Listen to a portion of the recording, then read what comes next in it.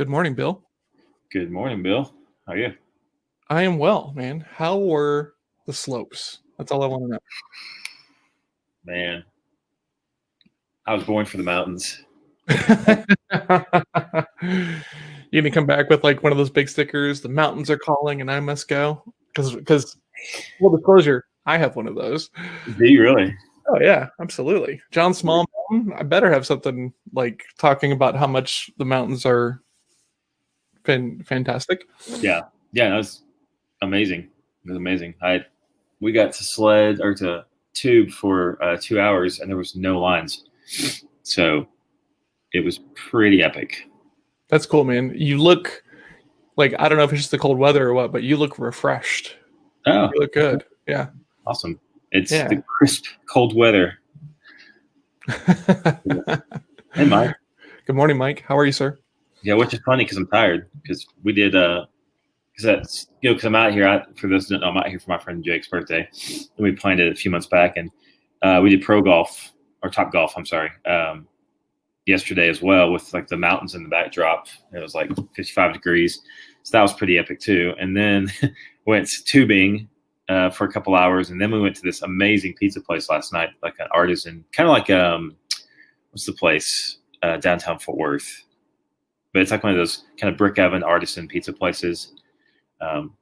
So I was like, is it my birthday or is it your birthday? You muted, by the way. Whoops. Sorry about that. Man, it's so funny that whenever there's like any food in the picture, Jake is like, is all this for me? And then speaking of last night, his wife made tres leches from scratch. Oh my gosh. Like I was crying. I was so happy. I was like, you guys are I just love you guys so much. It's such a good day. You're the drunk lovey friend, but with sugar. Yes. Right? Yes. I get my sugar high and just get lovey. I get a little huggy after cake, guys. Let's just keep it real. That's a t-shirt. That's part of our t-shirt club. Yeah. I get a little huggy after sugar. Call the presses. We're gonna do a very, very limited run of I get a little huggy after cake. The first 50 will be running later on today. Yes. Tres leches is so yummy. That's for sure. And what's funny about that is my cousin, my first cousin, who's grew up being a really good friend of mine. She is a very happy huggy drunk. So. Oh really? That's funny. When do you come back? Friday. So Friday. I'll be getting back kind of like Friday evening. So, okay, I have a question. You said a minute ago you were at Topgolf. It's like 55 degrees. Is there that much of an elevation change there? It's almost 5,000 feet in Salt Lake. So how far up are you where you're tubing and it's cold and all that stuff? I think we were still in the valley, but I think we were at 7. Dang, that's crazy. Yeah. I can tell a difference. I can definitely tell a difference. Really? I was wheezing. When I got to the airports, Salt Lake Airport, they put $4 billion in 6 months ago. They finished. And great timing. A hike from your gates to like leaving ground transportation. It's the longest walk. And I've been in a lot of airports. It's the longest walk for sure. And by the end of it, I was like, felt like I'd been on a 4-mile walk. So then yesterday, I think we probably did 8 or 10 runs down the sled, down the thing. We'll probably run 5 or 6. I was huffing a little bit. Yeah. So, okay. Interesting. Yeah, it's good. It's a good amount of elevation. Man, I've never been to Utah at all, so I'm excited to go. Dry. Eventually. Dry. It's dry. Is that what you said? Yeah. Bring your chapstick and your nasal spray and your all those. Oh, yeah. Yeah. That's fair. It's beautiful. Yeah. Cool, man. Are you getting any work done, or is it just kind of like a week off? It's like 50-50. So I'm basically, which is really cool, right? So when you have the very specific things that you want to get done in a week, you can not only expand to the amount of time that you want to work, you can reduce. And so Yeah. yesterday I spent 2 hours working, and I got everything done I needed to get done. Yeah. And today probably the same, 2 to 3 hours. I'll probably work a little longer today. Nice. Because everyone's going to sleep in, unlike us. Excuse me. Bad sleep last night for some reason. Okay, cool. Yeah, so that was my day. What'd you do? I ended up, I coached the family law team, and then had a big gap for like blocking and tackling and stuff. And then I had sales practice lab. And good morning, Levi. In sales practice lab, we did this one exercise that I like to do with people to where you pick out something you just bought that has a little bit of ownership over you. Okay. And then the other person has to like figure out why you really bought it. Right. Ooh, interesting. And so what they do is they just start asking you questions, right? So, well, why'd you buy it? Well, because I needed it for this. Why? Right. And like you go through this process and you start to figure out how people justify things like intellectually, like later on after they make the emotional decision to buy. Right. Because the purchase is always an emotional decision unless you're buying the absolute commodity bare minimum version of it. Everything else over and above that is some form of personal expression. Right? Whether you go for like the top end thing or the rugged thing or something like this, right? So, but it was funny because I was doing this with one of the newer guys, and he was asking me because I was talking about this lapel mic that I got for recording video for the course, and he's like, "Why'd you buy it?" And I was like, "Well, because I wanted to give people a different view than just this view, so I can be over in front of the whiteboard." He goes, "Why do you think people care?" I was like, "Well, I'm not sure that they do." But it was just important to me. And he was like, okay, how'd it go? I was like, well, there's this odd humming inside of it. And he goes, man, you must be really bummed at the guy who told you to buy it. And I was like, well, no, actually, he's been good and everything else. I think this is my fault. And then I paused and I was like, do you see how I'm trying to carve out this nice little niche for the recommendation? And he was like, yeah, actually, it was cool because it just works, right? When you're in the moment of the conversation with them and looking for the stuff, it works on everybody. Like, yeah. And there's nothing bad about it at all, right? Because you're just trying to understand. Yeah, I love that. That's a cool exercise. Yeah, it was super fun. So I was gonna have all this time for blocking and tackling, and I got some blocking and tackling done, but I had a couple of calls with people who were interested in some of the stuff that I have going on. So did a little bit of that, and then wrapped up the day with a guy. I hadn't talked to him in a couple, maybe a year. And he was a guy I coached for a while, and he's in Australia, and he's got a Facebook. The thing he does now is interesting, and I'll tell you about that in a second. But he's the guy who turned me on to this guy. His name's Dr. Joe Dispenza, who wrote this book, Breaking the Habit of Being Yourself, which was kind of like a big book for me last year. So we were talking about that and sharing a bunch of books back and forth. So I've got a whole new reading list to dig into, which I'm excited about. So here's the thing he's doing now. So apparently they're like warming up Facebook accounts so that way you can have a Facebook account if your ad account gets banned. Okay. Right? Yeah. Because apparently in the early stages of an ad account you can only do so much, right, as far as like volume and stuff like that. So if your account gets like banned for, some kind of crazy reason, you can have a backup account that you can just immediately spin up and put into play. He's doing 30,000 a month. Yeah, that's what I said. Doing that? Doing that, yeah. Yeah. and I was, because like I was talking about some of my clients, and I was like, hey, I have a client, he works with like a bunch of CBD stuff, and he's like, nope, can't do it. He said, why? And he's like, because you're not supposed to be doing that. Like, this is not something we're doing as like a gray hat, black hat thing to where like we're helping people who know that they're like going against the system. This is for people who get banned for dumb stuff and they shouldn't have been banned, or it was an honest mistake, not a let me try to angle this system and then I got banned and I want to try to do it again. It's like, it's their reputation too. Yeah. Absolutely.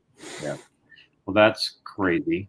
Yeah. Blew me away. Blew me away. I was like, man, there's a business for everything, If that's not the perfect example of finding a niche like that you really could care less about. Yeah, I know. But it is. But here's the deal, right? If you wake up and Zuck has put the ban hammer on your ad account for like no great reason because of like, processed approvals and stuff like this, and your account gets banned and you've got, a bunch of accounts in there, you got to do something. Totally been there. And $1,500 a month to have an account that is just like on standby that can already do the volume that you need it to do, that piece of mind is worth it for some people. Well, it explains too, because not a lot of small businesses are going to pay $1,500 a month to have an extra Facebook account sitting around. This is a small business. Really. Yeah. Yeah, he was like, he's like, if you're not spending $25,000 or $30,000 a month in ads, this doesn't make any sense for you. Correct. I was like, okay, that's really fascinating. Interesting. I'm blown. Yeah, I know. I love it. I love it whenever people figure out like unique ways and niches to like help other people. It blows me away all the time. Yeah. Very cool. So what do you have today? So I actually today have to write some copy for not just you. But that was my plan this morning. Was I've got a couple different spots I've got to write copy in, so I'm going to knock that out this morning. And then I'm looking for some new places to fish. I'm looking for some new groups that I can go hang out in and start building some relationships. So I've got some asks out to people who are in that arena that point me to some good groups that are quality. Because I don't know about you, but I really don't like, for example, LinkedIn groups are, I think, are a large group example of this. Is like the only people in there are the ones who are just spamming your posts. Yeah. Very little interaction or engagement. Yeah. It's terrible. Yeah, which is unfortunate because LinkedIn can be very good. So anyway, so I'm looking for real groups that have things going on. So I'm doing some mining for that today, and then I do actually have a little bit of blocking and tackling of things I just got to button up this week.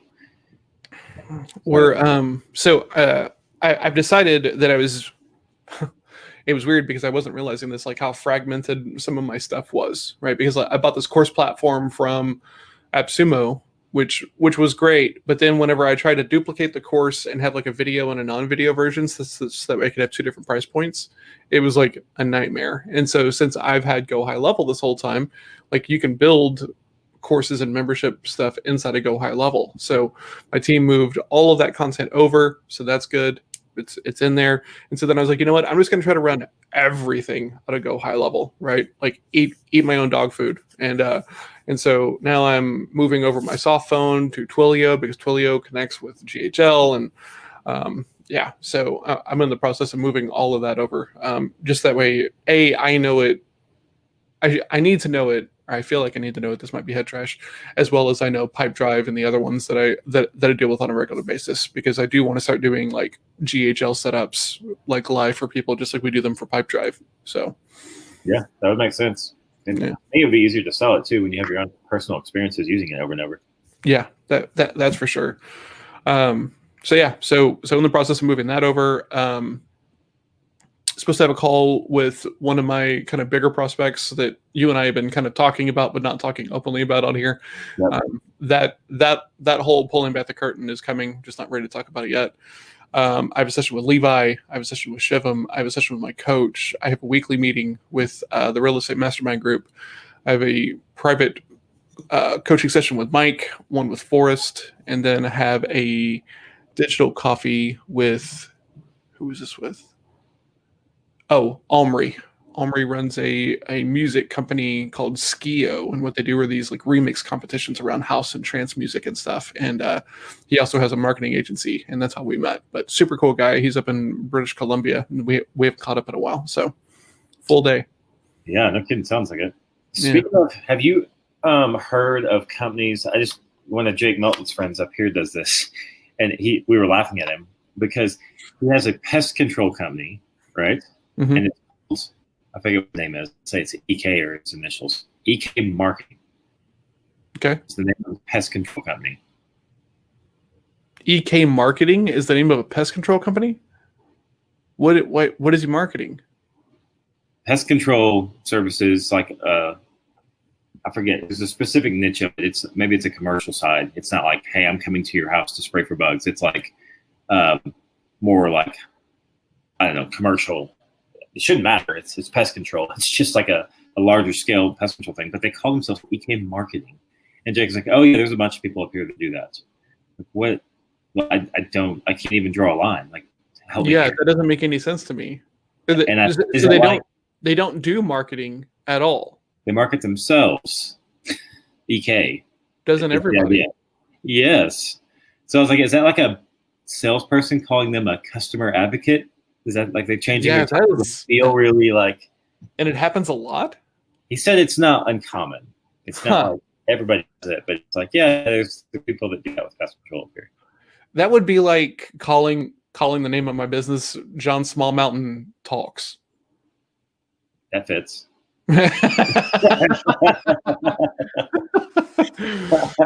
But you're right. It doesn't tell anybody what you actually help with. He said that fits. Devoid of any positive emotion whatsoever. I was thinking devoid of any hesitation. Oh man. Yeah, it doesn't tell you what you do for people. Like, great. Yeah, I think that would be very confusing. Right? Yeah.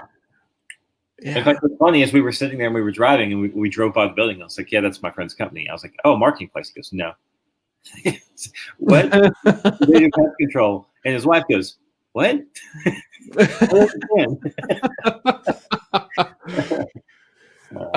Mike wants to know, do they find customers and then find a company to fulfill? Or I guess the other side of that is, are they doing the fulfillment themselves?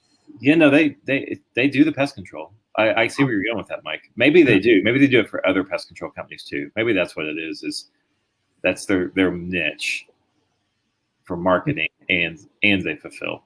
That's a good thought. It could be that. Yeah. So interesting. Hey, while I'm spraying this insecticide to keep these carpenter ants out here, what are you doing for cold traffic? I'm just going to drop some boxes in the back corner over here. What do you think of Google AdWords? When you're writing your content, like, what's that process look like? Could you help me out with that? Oh, found one. Squish. Rats typically breed every third cycle. Speaking of third cycle, how's Q3 going for your marketing game? Oh man, I could just come up with terrible like pain questions like all day long with that as the thing. That's like, that blows my mind. That's like going to like Ben's Chicken and Speakers. Like it just doesn't make sense. You know? Yeah, there's a coffee shop up in Roanoke, right? And it's a good coffee shop. It's actually in an old not Lululemon, but like one of those type of shops that had a really cool downtown location. Okay. And they had a coffee shop. They had a coffee shop take it over, and it's a good spot to hang out. It's like pre-COVID, you know, you can't really do much of that anymore. They had really cool stairs, like old, big, thick wooden staircase, and like an upstairs overhang. So anyway, but in the back of this place, they have alarm systems and like tech, and it's in the name of this coffee shop. I forget because I've only been in there once over the last 10 months or whatever. But literally, the job is you go in, you get your coffee, and you go to the back of the store and look at your home technology needs. I'm like, who paired those two together? Like, who thought? You know what people want to look at in the morning when they're just first waking up and trying to get their caffeine buzz on?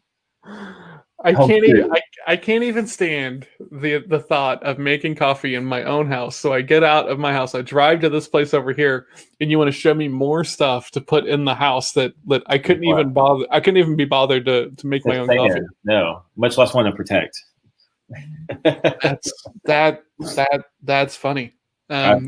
One time I was going to a concert. It was a 311 show, and it was way up in Tulsa, and it was me and my friend Kevin Shu, who's a 6'1" Asian American dude, And so we're in the middle of nowhere, and we stop at this gas station, and it's like a farmer's market style gas station. And so they've got this bin of like Tom's produce and Mike's produce and stuff like this. And you just like go through it, and so me and Kevin walk in there, and I look like I do in the photo, right? And Kevin is this rather tall Asian guy, and these people are looking at him like he's an alien. And I'll never forget this guy. He pokes his head in, and he's like, "Hey, you got anything fresh from Tim's?"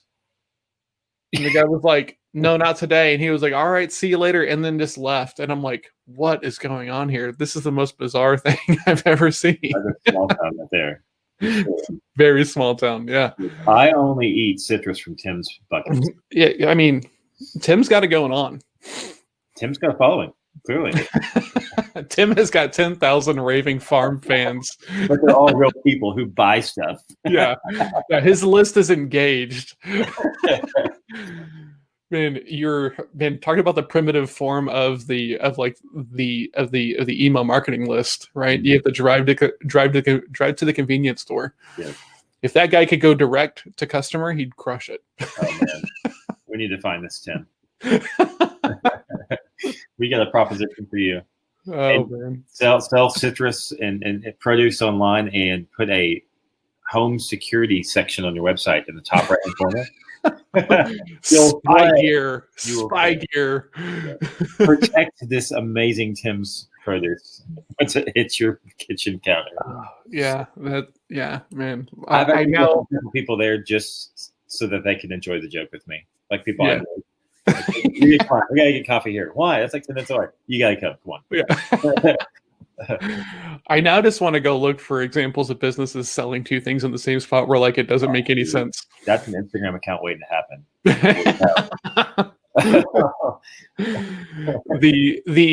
the narrowest of niches is what it would be called, right? Yes. Send me all your photos, please. I will make that account happen if I get 10 photos. Oh man, that would be funny as like a satire account. Yes. Man. Oh, absolutely. New niche, guys. New niche. Yeah. Stud services. Artisanal pizza. Put it all in one spot. The marketing is going to go hard for that. It's going to be super crazy. Yes, you just don't realize what you're missing out. Stud services. That's right. I got that in there. How long have you been waiting for that one? Pretty much from the minute we started talking about businesses that don't make sense when paired together, because like stud services doesn't make sense with anything else. No. Stud services and emergency horse injuries. I used to work at Sam's Club, which is not really any surprise because I've had a lot of different jobs in the day, but we would make this joke because these people would show up and they'd be getting like a trampoline and a 50-pound bag of dog food, and that was it. And it's like, this is your shopping? Like this is what you pay the membership for? And like people would just come through like with like the most random things, right? Like 7 quarts of rice in like the big like jugs, and like a 3-pack of athletic socks. So weird. It was like the weirdest combination. What if they came in like 3 to 5 days a week? Then it's worth it. Yeah, I mean, sure, but you know, Once a month, though, no, it's not really something. Yeah, all right, so Michelle is pushing back on our micro niche here. Okay, hold on. Y'all laugh, but that's my life around here. We have a tanning salon, storage unit, and I believe a lawyer's office in one. How big are the storage units? Are they just like shoe boxes? Well, isn't that where you want to put lawyers anyway? Behind a closed door in the storage unit? So that might fit. Look at you. Look, how long you been waiting for that one? Did you guys coordinate this before the show? No, that one just popped up. I haven't figured out how to fit the tanning salon in here. Yeah. Side note, I worked at a tanning salon. See, we need an Instagram account with all your jobs too. Yeah. I have a list actually of I call it like the timeline list, and it's like all these important dates that like, because like as you get older you forget what year was that and what came first, and so I have things like car purchases and like specific people passing and jobs and stuff like this, and I've had over 40 something jobs before becoming an entrepreneur. And so now it's like 1,040, because that's kind of what it feels like sometimes. But yeah, I worked at a tanning salon for about 2 weeks, and I was just dating Melissa at the time, and she was not super happy about it. So yeah. Yes. Well, and then from that sweet job, I went back to waiting tables, and then I got a job at Wells Fargo in their call center. So okay, and that was your foray into the banking world. That was the first foray. Yeah, absolutely. Right. And then left that, did all the cell phone stuff, the poker stuff, and then got back into banking later on. Okay. That's right. Okay. I forgot. Yeah. It's a long winding road, Jake. It's not a bink straight path. No, I mean my 20s look the same, so except for my 30s, but yeah, my 20s for sure. Awesome, man. Well, you go enjoy your snow bunny style day. I'm gonna be over here like working, trying to spread good messages of sales while you're just sliding on your rump down a mountain, having an enjoyable time. Living that influencer lifestyle. My best life in Utah. Next week, there's just all these photos of you on the mountain, and they just like keep going on, and it's like the same photo, just like slightly angled, just so you can be like, hey, you too could be on the mountains in Utah. Actually, I just spent 2 hours in multi-shoot mode. Just so I've got plenty of content for February. I'm good. Like, man, you take your shirt off on top of the mountain, and your buddy's like, what are you doing? And he's like, man, gotta make sure that people know that I'm here a lot. That's right. Different seasons. Yes, exactly. Oh man, that's funny. All right, so thank you to Levi, thank you to Mike, thank you to Michelle for hanging out with us this morning. You guys are awesome. Bill, go kill your day, and I'm going to go kill mine, and we will catch up with everybody tomorrow. Bye, everybody.